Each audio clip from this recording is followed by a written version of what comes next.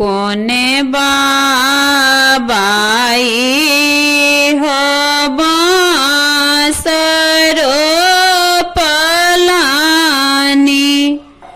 दूध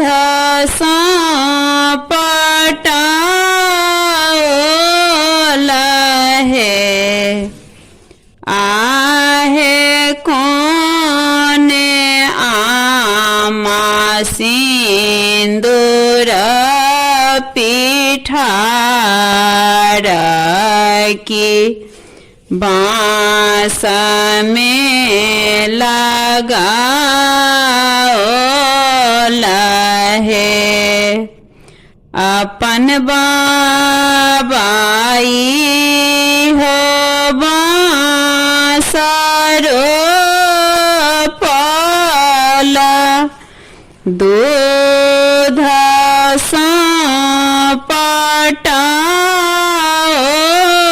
लहे आहे अपन आमा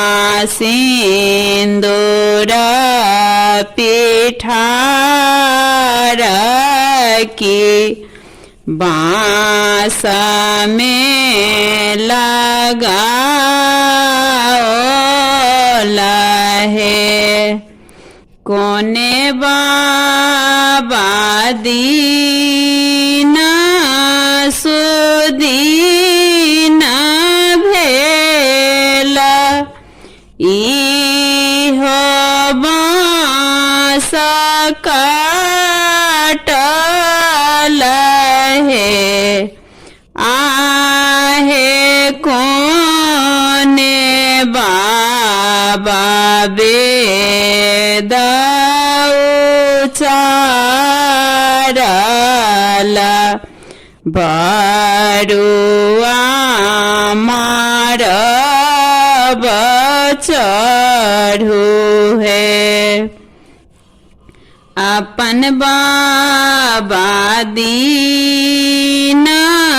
सुदीन भेला इहो बांस काटल है आहे अपन बाबा वेद उचारला बरुआ मार चढ़ू है आहे अपन बाबा वेद उचारला बरुआ मार चढ़ू है।